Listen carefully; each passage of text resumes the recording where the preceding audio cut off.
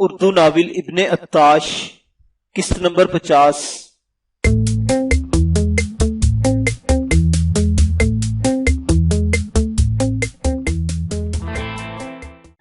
قصر سلطانی میں بادشاہ کی خاص خوابگاہ کے پہلو میں موجود خصوصی نشست کے کمرے میں فانوس کی روشنی تلے اس وقت دو افراد بیٹھے تھے۔ ایک لائتس تھا اور دوسرا سلطان محمد بن ملک شاہ۔ یہ دونوں دھیمی آواز میں کسی موضوع پر بات کر رہے تھے۔ سلطان معظم اور لائتس کی یہ خفیہ گفتگو کافی دیر تک جاری رہی، اور پھر لائتس انتہائی ادب سے سلطان کی حضور سلام کرنے کے بعد نشست کے کمرے سے باہر نکلتا چلا گیا۔ اگلی صبح دارالسلطنت رے کے شہریوں نے ایک ایسی چونکا دینے والی خبر سنی جسے سن کر پوری سلطنت جھنجھنا اٹھی۔ سلطان کے وزیر اعظم اور مشیر خصوصی سعد الملک کو شاہی محافظ دستے کے خوخار سپاہیوں نے گرفتار کر لیا تھا۔ صرف سعد الملک ہی نہیں، شہر کا سب سے بڑا طبیب جراح اسحاق، جسے لوگ حکیم شہر کے نام سے جانتے تھے، کو بھی سعد الملک کے ساتھ ہی ہتھکڑیاں پہنا دی گئی تھی۔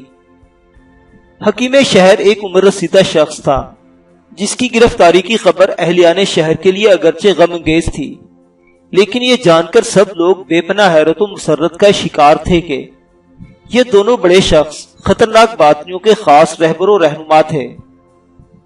سلطان محمد کے دور میں عالم اسلام کا سب سے بڑا المیہ ہی باطنیوں کا وجود تھا۔ جو ہی لوگوں کو پتا چلا کہ سلطان نے ایک گہری سازش سے خبردار ہو کر عین وقت پر ان خطرناک باطنی رہنماؤں کو گرفتار کر لیا ہے تو لوگ خوشی سے جھوم اٹھے۔ آل سلجوق کے لیے باطنیوں سے بڑا کوئی دشمن نہیں تھا۔ سلطان کے سامنے اس سازش کے تمام تر تانے بانے لائتس نے بیان کیے تھے۔ واقعہ یوں تھا کہ پارس میں اہلیان پارس کو اگلے روز جو اجنبی لاش ملی تھی وہ باقر بامیانی کی تھی اور اسے لائتس نے قتل کیا تھا۔ لائتس دن بھر سرائے میں خوب گہری نیند سونے کے بعد جب اٹھا تو سورج غروب ہو چکا تھا۔ وہ اچھی طرح نہا دھو کر باہر آیا تو اسے ایک مخصوص لباس اور طور اتوار میں دیکھ کر بوڑھا سوسک حیرت بھرے انداز میں مسکرا دیا۔ لائتس نے اسے بتایا کہ وہ کچھ وقت کے لیے باہر جانا چاہتا ہے۔ سوسک تاریکی کی وجہ سے اس کے ساتھ گھومنے پھرنے کے لیے نہ نکلا اور لائتس اپنے مخصوص گوریلا انداز میں اس حویلی تک جا پہنچا جہاں اس نے دن کے وقت باقر بامیانی کو جاتے دیکھا تھا۔ لائتس کسی چھلاوے کی طرح حویلی میں داخل ہوا تو یہ جان کر حیران رہ گیا کہ وہاں باقر بامیانی کے علاوہ اور کوئی موجود نہیں تھا۔ لائتس یکا یک باقر کے سامنے ایک فدائی کی صورت میں ظاہر ہوا، لیکن باقر بامیانی اس کی حقیقت جانتا تھا، چنانچہ اس کے جھانسے میں نہ آیا۔ تب لائتس نے بزور بازو اس پر قابو پا لیا اور فدائیوں کے مخصوص خنجر کی نوک پر ایک طویل اور صبر آزما مشکل کے بعد اس نے باقر بامیانی سے بہت سی اہم معلومات اگلوا لی۔ باقر کی باتوں سے اسے پتا چلا کہ دارالسلطنت رے میں بہت جلد کوئی بہت بڑا خطرناک کھیل کھیلا جانے والا ہے۔ باقر اس سے زیادہ کچھ نہ جانتا تھا، چنانچہ لائتس نے اسے فدائیوں کے مخصوص خنجر سے قتل کیا اور باہر سڑک پر لا کر پھینک دیا۔ اب لائتس جلد از جلد دارالسلطنت پہنچنا چاہتا تھا، حالانکہ اسے ابھی بہت کام تھے۔ ایک تو ابھی اس کے سامنے بوڑھے سوسک کے ساتھ کیے گئے وعدے کا مسئلہ تھا جو اس نے شمامہ کے سلسلے میں کیا تھا، اور دوسرا سب سے اہم مسئلہ کراختہ عمر رسیدہ لاما تک مقدس مالا کا منقع پہنچانے کا تھا۔ لائتس نے باجرت بوڑھے سوسک اور اس کی بیٹی کو ہمراہ لیا اور دل میں یہ فیصلہ کیا کہ رے پہنچ کر ہی کرخستان کا منقع پہنچانے یا سوسک کی بیٹی سے شادی کرنے کے بارے میں کچھ سوچے گا۔ بوڑھا سوسک اس کے ہمراہ نہ آنا چاہتا تھا اور اپنی بیٹی کو اس کے ساتھ بھیج کر خود باقی عمر آتش کدے میں خدمت گزارنا چاہتا تھا، لیکن لائتس نے بڑی مشکل سے اسے رے چلنے پر آمادہ کر لیا اور یوں 3 نفوس پر مشتمل یہ مختصر سا قافلہ رے آ پہنچا۔ لائتس نے رے پہنچ کر بوڑھے سوسک اور اس کی بیٹی کو کسی محفوظ مقام پر ٹھہرایا اور خود اپنے بعض اساتذہ سے ملنے کے ساتھ مدرسہ نظامیہ جا پہنچا۔ لائتس کو روز اول ہی سے سعد الملک پر شک تھا، چنانچہ اس نے ایک رات اپنی جان بے پناہ خطرے میں ڈالی اور اپنے مخصوص انداز میں سعد الملک کے سر پر جا پہنچا۔ سعد الملک لائتس کی وحشتناک اذیتوں کی تاب نہ لاتے ہوئے سچ اگلنے پر مجبور ہو گیا، اور یوں لائتس کے سامنے وہ خطرناک سازش عیاں ہو گئی جس کے بارے میں اس نے باقر بامیانی سے سنا تھا۔ یہ سازش کیا تھی؟ دراصل سلطان محمد قلعہ دزکو کے دعوت خانے کا حال معلوم ہوا تو اس نے قلعے پر فوج کشی کا ارادہ کیا۔ قلعے کے سربراہ نے سلطان محمد کے وزیر سعد الملک کو، جو در پردہ باطنی مذہب اختیار کر چکا تھا، صورتحال سے آگاہ کیا۔ ساتھ ہی اس نے ایک فساد کو آمادہ کیا کہ جو ہی سلطان محمد فضل کھلوانا چاہے اسے زہر آلود نشتر سے ہلاک کر دیا جائے۔ سلطان محمد کے مزاج میں حدت بہت تھی، چنانچہ وہ عموماً فضل کھلوایا کرتا تھا، لیکن یہ راز فساد کے نشتر سے ظاہر ہو گیا۔ فساد اور سعد الملک دونوں کیفر کردار تک پہنچا دیے گئے۔ یہ فساد کون تھا؟ وہی جراح جو شہر کا مشہور طبیب تھا اور جسے لوگ حکیم شہر اسحاق کے نام سے جانتے تھے۔ دراصل لائتس نے سعد الملک پر تشدد کر کے اتنی بڑی جرت خود سلطان کی اجازت سے کی تھی۔ باقر بامیانی سے ملنے والی معلومات بہت اہم تھی۔ چوں ہی وہ انتہائی اہم معلومات لائتس نے سلطان کے سامنے بیان کی، سلطان ششدر رہ گیا۔ تب لائتس نے سلطان سے خفیہ طور پر سعد الملک کو زیر تفتیش لانے کی اجازت مانگی۔ سلطان نے ایسے انداز میں لائتس کو اجازت دے دی کہ اگر سعد الملک پر شک غیر درست نکلا اور اسے سلطانی کارروائی نہ سمجھا جائے۔ لائتس خود یہی چاہتا تھا۔ لائتس نے دراصل سلطان کو ایسی ناقابل یقین اور خطرناک معلومات فراہم کی تھی کہ سلطان کے پاس لائتس پر اعتماد کے سوا کوئی چارہ نہ تھا۔ یہی وجہ تھی کہ ایک ہی رات میں سب کچھ مکمل ہو گیا اور اگلی صبح حکیم شہر سمیت سعد الملک اور چند دیگر لوگوں کو گرفتار کر لیا گیا۔ اب لائتس یکدم سلطان کا منظور نظر ہو چکا تھا۔ لائتس نے سلطان کو اپنی کہانی بھی سنائی اور یہ بتایا کہ کس طرح محض اسلامی دنیا میں واپس آنے کے لیے اس نے موت کی چنوتی پوری کی۔ سلطان لائتس کی صلاحیتوں سے ازحد متاثر ہوا اور اسے باطنیوں کے خلاف اپنے جاسوسی نظام کا سربراہ مقرر کر دیا۔ لیکن لائتس کسی عہدے پر نہ رہنا چاہتا تھا۔ اس نے وقتی طور پر یہ عہدہ اس لیے قبول کر لیا کہ ابن عطاش کا خاتمہ کرنے کے بعد وہ بادشاہ سے اجازت لے کر جامعہ نظامیہ بغداد چلا جائے گا۔ اب سعد الملک اور حکیم شہر کی گرفتاری کے بعد وقتی طور پر لائتس آزاد تھا۔ قصر سلطانی کے عقبی محلے میں ایک خوبصورت حویلی لائتس کو عطا کی گئی تھی، جس میں اس وقت بوڑھا سوسک اپنی ماہجبی بیٹی کے ہمراہ صبح و شام لائتس کی راہ دیکھتا، جبکہ لائتس تھا کہ ہمہ وقت اپنی خاص سرگرمیوں میں مصروف رہتا۔ سعد الملک اور حکیم شہر کا مقدمہ چند ہی دن میں اختتام پذیر ہوا اور دونوں غداروں کو سزائے موت دے کر سلطان نے ان کی لاشیں شہر میں لٹکا دی تاکہ دوسرے دشمن عبرت پکڑ سکیں۔ اب لائتس اپنے ذہن کا بوجھ قدر ہلکا محسوس کر رہا تھا۔ چنانچہ ایک شام جب اور گھر آیا تو بوڑھے سوسک نے اسے مشفقانہ لہجے میں مخاطب کیا۔ بیٹا، یہاں آتے ہی تم ضروری کاموں میں اتنے مصروف ہوئے کہ تم سے بات کرنے کا موقع ہی نہیں ملا۔ آج میں نے تمہارے چہرے پر قدر اطمینان دیکھا تو سوچا کہ تم سے باتیں کر لوں۔ برا مت ماننا، پارسا گرد میں مرقد کورش کا آتش کدہ میری راہ دیکھ رہا ہے اور میں بہت جلد واپس جانا چاہتا ہوں، لیکن پریشان ہوں کہ میری بیٹی کا ہاتھ ابھی تک تم نے نہیں تھاما۔ اسی سلسلے میں میں نے سوچا آج خود ہی تم سے بات کر لوں۔ شمامہ ساتھ کے کمرے میں ساری باتیں سن رہی تھی۔ آج اس نے تجسس نہ کیا تھا، آج آوازیں اس تک پہنچ رہی تھی۔ شمامہ یک لخت مستعد ہو کر بیٹھ گئی۔ بوڑھے سوسک کی بات ختم ہوئی تو لائتس نے انتہائی خفت آمیز لہجے میں جواب دیا، نہیں بابا، آپ پریشان نہ ہوں۔ میں اگر یہاں آنے کے بعد مصروف نہ رہتا تو اب تک سلطان معظم کا قتل کیا جا چکا ہوتا۔ پارس سے بھی میں اسی لیے آندھی اور طوفان کی رفتار سے روانہ ہوا تھا۔ میں نے آپ سے وعدہ کیا تھا، وہ ایک مرد کا وعدہ تھا۔ آپ اس تاخیر کو میری بدنیتی پر محمول نہ کیجیے گا۔ میں نے تو شمامہ کو اسی دن اپنی بیوی بنا لیا تھا جس دن میں نے اس کا ہاتھ تھام کر آپ سے بات کی تھی۔ شمامہ میری بیوی ہے اور یہ اس کا گھر ہے۔ آپ فکر نہ کریں، میں کل ہی نکاح مسنونہ کا باقاعدہ انتظام کرتا ہوں۔ لائتس کے منہ سے یہ الفاظ نکلنے کی دیر تھی کہ شمامہ اپنی جگہ خوشی سے جھوم اٹھی۔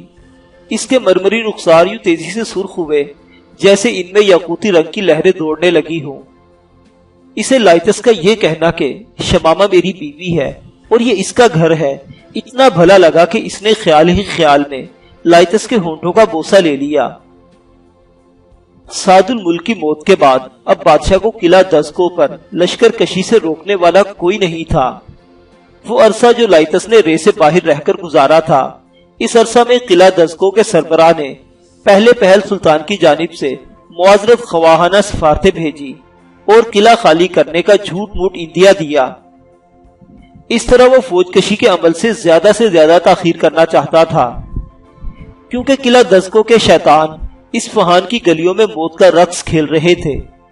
ابن عطاش چاہتا تھا کہ سلطان فوج کشی میں زیادہ سے زیادہ دیر کرے تاکہ اصفہان کا حاکم مجبور ہو کر شہر میں پیدا ہو جانے والے خوف و ہراس کے سامنے ہتھیار ڈال دے، اور ابن عطاش اچانک اپنے قلعے سے نکل کر اصفہان شہر پر قبضہ کر لے۔ لیکن اس کی بدقسمتی سے لائتس نے بروقت سلطان سعد الملک کی سازش ناکام کر دی اور سلطان کا قلعہ دزکو پر حملہ کرنے کا ارادہ ایک عزم اور فیصلے میں بدل گیا۔ انتہائی تیزی کے ساتھ اصفہان کی جانب کوچ کی تیاریاں ہونے لگی اور فوج کے سپاہ سالار دھڑا دھڑ اپنے کام نپٹانے لگے۔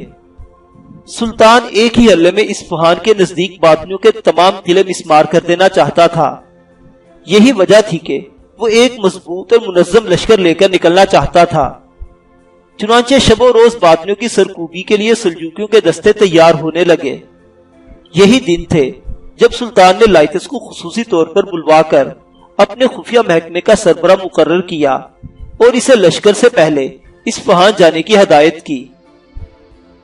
لائتس خود بھی یہی سوچ کر آیا تھا کہ وہ بوڑھے سوسک کے ساتھ کیا گیا اپنا وعدہ آج ہی پورا کرے گا، کیونکہ ایک دو روز کے اندر اندر وہ اپنی انتہائی اہم ذمہ داری نبھانے کے لیے اصفہان جانے والا تھا۔ اسی رات لائتس دیر تک اپنے کمرے میں بیٹھا اپنے ساتھ گزرے ہوئے حالات پر غور کرتا رہا۔ اسے پتہ ہی نہ چلا اور آدھی سے زیادہ رات بیت گئی۔ ماں نے اسے اپنے کمرے کے دروازے پر ہلکی سی دستک کی آواز سنائی دی۔ لائتس چونک گیا۔ اس وقت کون ہو سکتا تھا؟ سلطان نے لائتس کو خاصی شاندار حویلی عطا کی تھی جو ہر طرح سے محفوظ اور ضرورت کے خدام سے آراستہ تھی۔ دستک ہوئی تو لائتس کے دل میں یہی خیال آیا کہ حویلی کا ہی کوئی فرد ہوگا، لیکن پھر بھی اس نے دروازہ کھولنے سے پہلے پوچھا، کون؟ کسی نے ہولے سے جواب دیا، دروازہ کھولیے، میں شمامہ ہوں۔ لائتس نے فوراً کنڈی ہٹا دی۔ سامنے پریوں کی ملکہ اور حسن کی دیوی شمامہ کھڑی تھی۔ لائتس نے اسے پسندیدگی کی نظروں سے دیکھا اور اندر آنے کے لیے کہا۔ شمامہ کمرے میں داخل ہو گئی۔ لائتس شمامہ کو لیے کمرے میں رکھی چوکی پر آ بیٹھا۔ شمامہ کی خوبصورت پلکیں مسلسل جھکی ہوئی تھی۔ حیا سے اس کا گورا چہرہ گلدار تھا۔ وہ لائتس کے سامنے بیٹھی اور اپنے ہاتھ کے ناخنوں سے کھیل رہی تھی۔ لائتس نے ہی بولنے میں پہل کی، آپ کو یہاں کوئی تکلیف تو نہیں؟ شمامہ کچھ دیر خاموشی سے بیٹھی رہی اور پھر اس کے ہونٹ یوں ہلے جیسے کوئی گلابی تتلی پھڑپھڑائی ہو۔ اس نے محض ایک لفظ ادا کیا، ہے۔ لائتس چونک گیا اور تیزی سے بولا، ہے؟ آپ کو یہاں تکلیف ہے؟ حیرت ہے، آپ نے پہلے مجھے کیوں نہیں بتایا؟ لائتس کی بات سن کر شمامہ کے ہونٹ پھر پھڑپھڑائے۔ پہلے کبھی آپ سے بات کرنے کا موقع ہی نہیں ملا۔ لائتس شرمندہ سا ہو کر رہ گیا۔ فی الواقع اس نے شمامہ کو اب تک نظر انداز کیا تھا۔ اتنے عرصے میں اس نے ایک بار بھی اس کے ساتھ کھل کر بات نہ کی تھی۔ وہ معذرت خواہانہ لہجے میں بولا، میں آپ کو وقت نہیں دے سکا، اس کے لیے بہت شرمندہ ہوں۔ آپ بتائیے، آپ کو یہاں کیا تکلیف ہے؟ مان شمامہ نے اپنی پنکھ جیسی پلکیں اٹھائی تو لائتس کو اس کی آنکھوں میں ننھے ننھے 2 موتی دکھائی دیے۔ اس نے ہولے سے کہا، آپ وعدے کی زنجیر سے بندھے ہیں، اس لیے میرے ساتھ شادی پر مجبور ہیں۔ میں جانتی ہوں آپ کسی اور سے محبت کرتے ہیں، میں نہیں چاہتے کہ میری وجہ سے آپ کو کوئی ذہنی بوجھ اٹھانا پڑے۔ لائتس دیدے پھاڑے شمامہ کی طرف دیکھ رہا تھا۔ اس نے شمامہ کی بات مکمل ہونے پر کہا، آپ کو کیسے پتا چلا کہ میں کسی اور کو چاہتا ہوں؟ میں ایک عورت ہوں، میں نے آپ کی آنکھوں میں پہلے روز ہی کسی اور کے نام کی روشن دیے دیکھ لیے تھے، لیکن میں مادھو سے چھٹکارا پانا چاہتی تھی، اس لیے اس وقت خود غرض ہو گئی، لیکن اب میں کسی اور خوش نصیب کا حق نہیں چھیننا چاہتی۔ میں آپ سے یہ کہنے آئی ہوں کہ اگر آپ اجازت دیں تو میں اور میرے بابا پارسا گھر چلے جائیں۔ اب لائتس کی حیرت کی انتہا نہ رہی۔ وہ بے ساختہ اپنی جگہ سے اٹھا اور آگے بڑھ کر شمامہ کو کندھوں سے تھام لیا۔ اس کے ہاتھوں نے شمامہ کے جسم کو چھوا تو شمامہ کے بدن میں گویا بجلی کی لہر دوڑ گئی۔ لائتس نے شمامہ کے شانے تھام کر اس کا چہرہ اپنی طرف گھماتے ہوئے محبت سے لبریز لہجے میں کہا، شمامہ، میں تمہیں اپنی بیوی کہہ چکا ہوں، تم میری بیوی ہو، تم کیسے مجھے چھوڑ کر جا سکتی ہو؟ تمہارے بابا نے خواب دیکھا ہے کہ ہمارا بچہ دنیا میں روشنی پھیلائے گا، تم نے ایسی باتیں کیوں سوچی؟ میں تم سے خفا ہوں شمامہ، میں تمہاری آنکھوں میں جھل ملاتے ہوئے قطرے پی جانا چاہتا ہوں۔ تم نے غلط سوچا ہے، اس میں کچھ شک نہیں کہ میں ایک اور لڑکی سے ملنے کے وعدہ کر چکا ہوں، لیکن میں اس کی محبت ہوں۔ میری ایک بات یاد رکھنا، تم میری محبت ہو، میں تمہیں کھو کر خوش نہیں رہ پاؤں گا۔ شمامہ کی آنکھیں چھم چھم برسنے لگی۔ لائتس نے اسے کھینچ کر اپنے سینے سے لگا لیا اور وہ رو رہی تھی۔ اصفہان کے گلی کوچوں کو ویران ہوئے آج 6واں مہینہ تھا۔ نصف کے قریب شہری اپنے مکان چھوڑ کر ہجرت کر گئے تھے۔ آئے روز غائب ہونے والے لوگوں کا سلسلہ ابھی جاری تھا۔ ابن عطاش کی دکان ابھی تک چل رہی تھی اور اصفہان شہر جو صدیوں سے علماء، فضلاء، حکماء، بادشاہوں، شہزادوں، مکتبوں، قہوہ خانوں اور باغات کا شہر تھا، اب ایک ایسی اجار نگری میں تبدیل ہو چکا تھا جہاں سرے شامی روحیں منڈلانے لگتی۔ گلی گلی، کوچے کوچے پر ارواح خبیثہ کے پہرے ہوتے۔ ہر صبح گزری ہوئی رات ایک نئی خبر شہریوں کی منتظر ہوتی۔ اب تو خوف کا یہ عالم تھا کہ ابن عطاش کا دعوت خانہ بھی گاہکوں سے خالی رہنے لگا تھا۔ دن میں بھی کم لوگ آتے تھے اور شام کے بعد تو کسی کے آنے کا تصور نہ تھا۔ نابینا علوی مدنی ابھی تک اپنے اسی ابلیسی کام پر معمور تھا۔ وہ ہر روز کسی نہ کسی راہگیر کو نابینا بن کر گمراہ کرتا اور وہ راہگیر ہمیشہ ہمیشہ کے لیے صفحہ ہستی سے مٹا دیا جاتا۔ نہ وہ رہتا اور نہ کسی کو کچھ بتا سکتا۔ حاکم شہر سیف الدولہ اب ان حالات سے عاجز آ چکا تھا۔ اس نے قلعہ دزکو پر حملہ کرنے کے لیے اپنی فوج کو اکٹھا کر لیا اور فیصلہ کر لیا کہ اب کسی قیمت پر وہ پیچھے نہیں ہٹے گا، اور چاہے سلطان کی طرف سے ممانعت بھی ہو وہ قلعہ دزکو پر حملہ ضرور کرے گا۔ لیکن انہی دنوں حاکم شہر کے پاس سلطانی قاصد پہنچے، جنہوں نے حاکم شہر کو بتایا کہ لشکر سلطانی بذات خود باطنی قلعوں کی سرکوبی کے لیے اصفہان آ رہا ہے، چنانچہ چند روز مزید انتظار کیا جائے۔ کوتوال شہر صلاح الدین عرصہ ہوا اپنے عہدے سے استعفیٰ دے کر کسی اور شہر ہجرت کر گیا تھا۔ ایک رئیسہ محل تھی جو ابھی تک نہ جانے کس کے انتظار میں اس ویران ہوتے ہوئے شہر میں ابھی تک مقیم تھی، اور شب و روز ایسے ہی اقدامات میں مشغول رہتی جو شہر کو نامعلوم قاتلوں سے بچانے کے لیے کیے جاتے تھے۔ حاکم شہر کے لیے اب سب سے قابل اعتماد ہستی صرف نادرہ بیگم کی ہی تھی۔ نادرہ بیگم آج بھی اکیلی تھی۔ اس کا بچھڑا ہوا بھائی جو نیشاپور میں اسے ملا تھا، نیشاپور ہی میں اس سے بچھڑ گیا تھا۔ اسے نعیم کی آخری باتیں اچھی طرح یاد تھی جو اس نے اپنی سرخ انگارہ آنکھیں نکالتے ہوئے اپنی آپی سے کہی تھی۔ اس نے کہا تھا، میں ان شیطانوں کو زندہ نہیں چھوڑوں گا جنہوں نے میری زندگی برباد کی اور سعدیہ جیسی کئی مجبور لڑکیوں کو ان کے خاندانوں سے جدا کر کے اپنی قید میں رکھا۔ اس روز نادرہ نے یہ سمجھ کر کے اس کے بھائی کی ذہنی رو پھر بہک رہی ہے، اسے عمر خیام کا دیا ہوا خواب اور مشروب پلا دیا تھا، لیکن اگلی صبح اس کا چہیتا بھائی اپنے بستر پر نہیں تھا۔ وہ اپنی مرضی سے کہیں جا چکا تھا اور نادرہ جانتی تھی کہ وہ اب انتقام کی آگ سینے میں سلگائے قلعہ الموت کی طرف نکل گیا تھا۔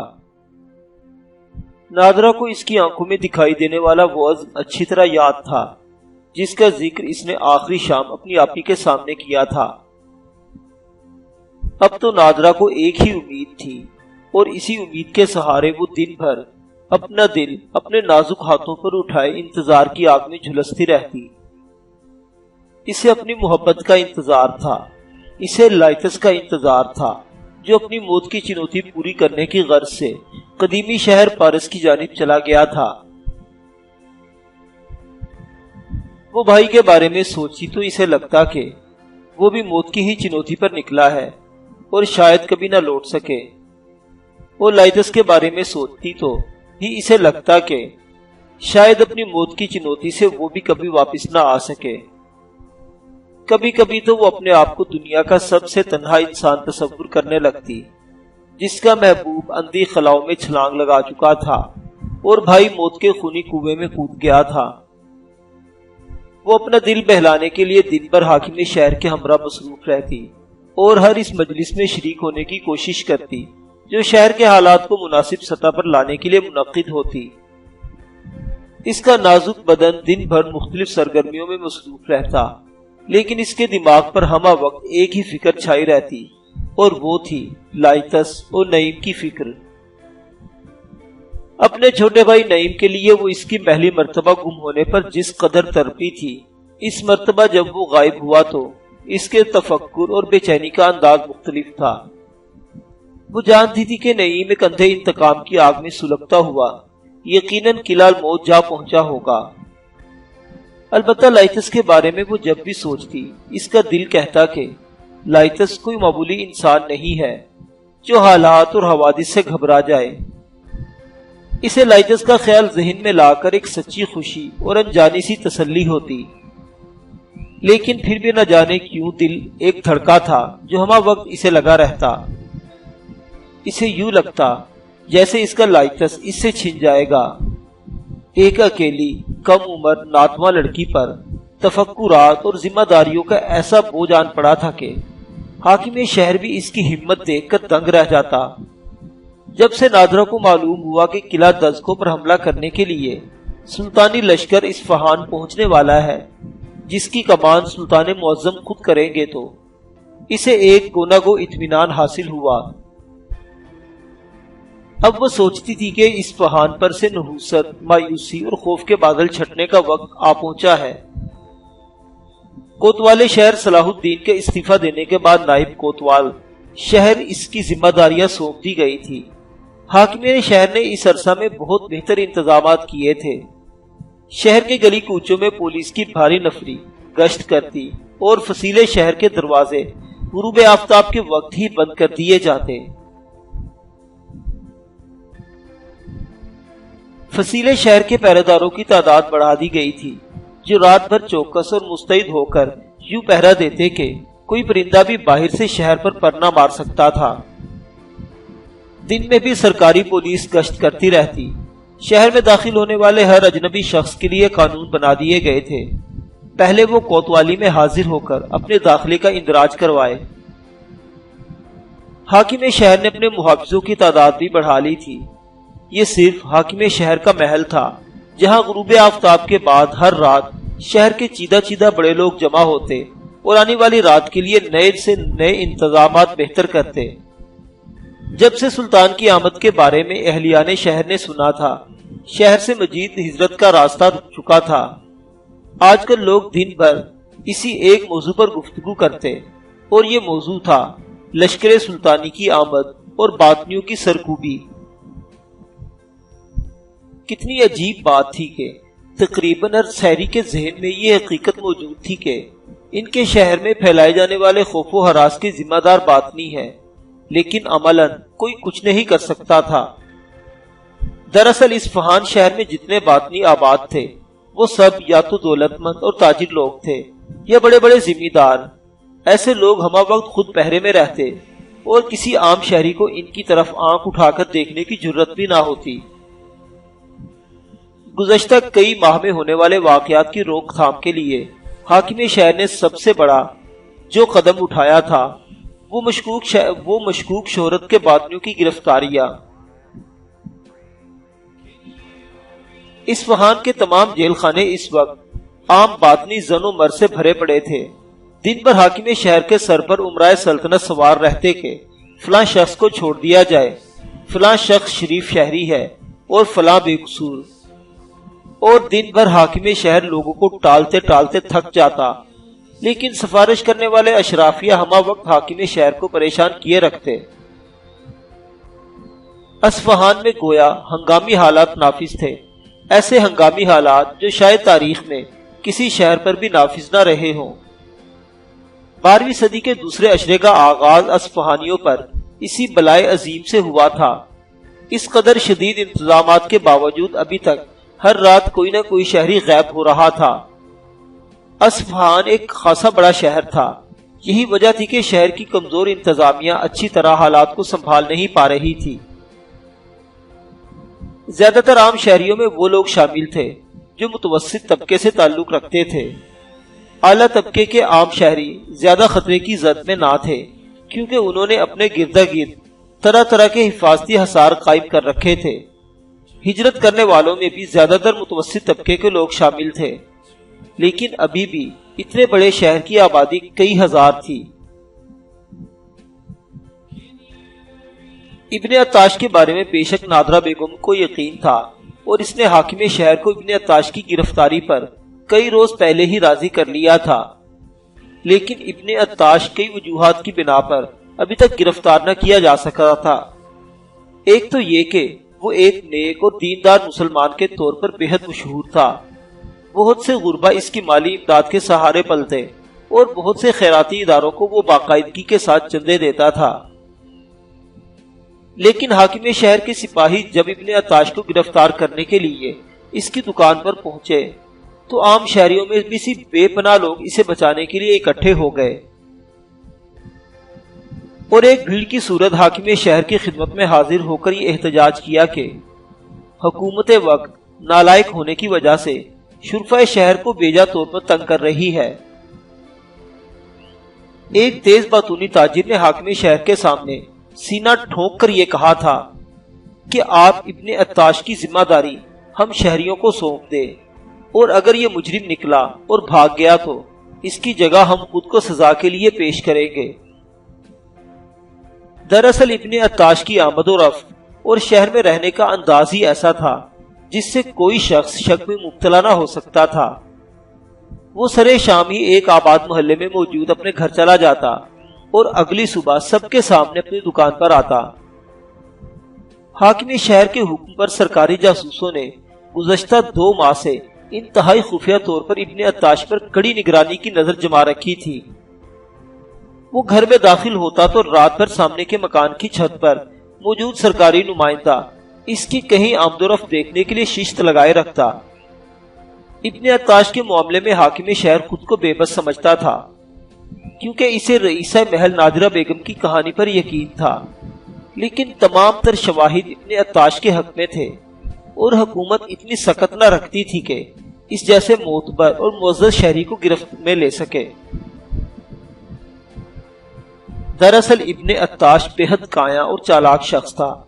اس کا حقیقی روپ صرف اور صرف آدھی رات کے بعد دعوت خانے کے تہہ خانے میں چند مخصوص افراد کے سامنے ظاہر تھا۔ حتیٰ کہ وہ قلعہ دز کو بھی جاتا تو اپنے چہرے کو سیاہ نقاب سے ڈھانپ لیتا، لیکن گزشتہ 2 ماہ سے تو وہ قلعہ دز کو تک بھی نہ گیا تھا اسے معلوم تھا کہ سرکاری اہلوار ہمہ وقت اس کی نگرانی کرتے رہتے ہیں، چنانچہ صرف دعوت خانے کے تہہ خانے میں ہی وہ اپنے تمام مذموم کام سر انجام دے رہا تھا، اور جمعہ کے روز بھی قلعہ دز کو جانا چھوڑ دیا تھا، بلکہ شہر کی بڑی جامع مسجد میں سب کے ساتھ مل کر نماز جمعہ ادا کرتا تھا۔ یہی وجہ تھی کہ نادرہ بیگم کی حقیقی کہانی سننے کے بعد بھی عمائدین سلطنت کی یہ رائے تھی کہ اگر یہ کہانی درست ہوتی تو ابن عطاش کے شب و روز میں اس میں کوئی حرکت تو مشکوک ہوتی۔ سب عمائدین سلطنت نے نادرہ بیگم سے یہی کہا تھا کہ آپ کے بھائی کو ابن عطاش کی شکل یاد نہ رہی ہوگی، کیونکہ بقول آپ کا اس کا ذہنی توازن ٹھیک نہیں رہا تھا۔ نادرہ بیگم نے امیر شہر کے ساتھ مشورہ کر کے از خود چاہا کہ ابن عطاش کو اغوا کر لیا جائے اور اس سے سچ اگلوا لیا جائے، لیکن حاکم شہر نے یہ کہہ کر اسے روک دیا کہ اب کچھ ہی دن میں سلطانی افواج پہنچنے والی ہے اور ساری حقیقت کھل کر سامنے آ جائے گی۔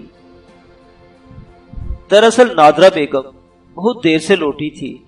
وہ رے سے پھر نیشا پور کے سفر سے اگر جلد لوٹ آتی تو بہت ممکن تھا اس طرح کا کوئی اقدام کر سکتی، لیکن نیشا پور سے اصفہان پہنچتے پہنچتے اسے 1.5 ماہ کا عرصہ لگ گیا، اور ابھی صرف 15 دن ہوئے تھے کہ اپنی آبائی حویلی میں لوٹی تھی۔ اسے یہاں چند آئے دن ہی گزرے تھے کہ سلطانی افواج کی آمد کا غلغلہ اٹھنے لگا، چنانچہ وہ ایسی کوئی کاروائی نہ کر سکی جس کے ذریعے وہ ابن عطاش کی گردن پر ہاتھ ڈال سکتی۔ اس کی بگھی جب کبھی بازار میں سے گزرتی اور اس کی نظر ابن عطاش پر پڑتی تو اس کا خون کھول اٹھتا، لیکن وہ کچھ نہ کر سکتی۔ ابن عطاش رئیسہ محل کی سواری دیکھتا تو وہ بھی خون کے گھونٹ پی کر رہ جاتا۔ اس کے جاسوس حاکم شہر کے محل میں موجود تھے اور اسے رئیسہ محل کی تمام کارروائیوں کی خبر تھی۔ جب سے رئیسہ محل نیشا پور سے لوٹی تھی وہ اسی طاق میں تھا کہ کسی طرح رئیسہ محل کا خاتمہ کر سکے، لیکن نادرہ بیگم اپنے گرد و پیش سے پوری طرح ہوشیار تھی۔ اس نے اپنے پرانے اور وفادار خدام کو اپنے نزدیک کر لیا تھا اور نئے ملازموں کو دور دراز کے شہروں میں بھیج دیا تھا۔ گویا نادرہ بیگم اچھی طرح جانتی تھی کہ وہ ابن عطاش کے حملوں کی زد پر ہے۔ وہ اصفہان پہنچی تو یہاں کے حالات دیکھ کر اسے لائتس جیسے انسان کی شدید ضرورت محسوس ہوئی۔ وہ جانتی تھی کہ لائتس اگر یہاں ہوتا تو وہ ابن عطاش کے چہرے سے نقاب الٹ دیتا۔ اصفہان کی مجموعی کیفیت نیم درو نیم برو کی سی تھی۔ لوگ سلطان کی آمد سے حوصلہ پا رہے تھے اور سوچتے تھے کہ بہت جلد حالات سنور جائیں گے، لیکن حالات تھے کہ ہر گزرتے ہوئے دن کے ساتھ پہلے سے ابتر ہوتے جا رہے تھے۔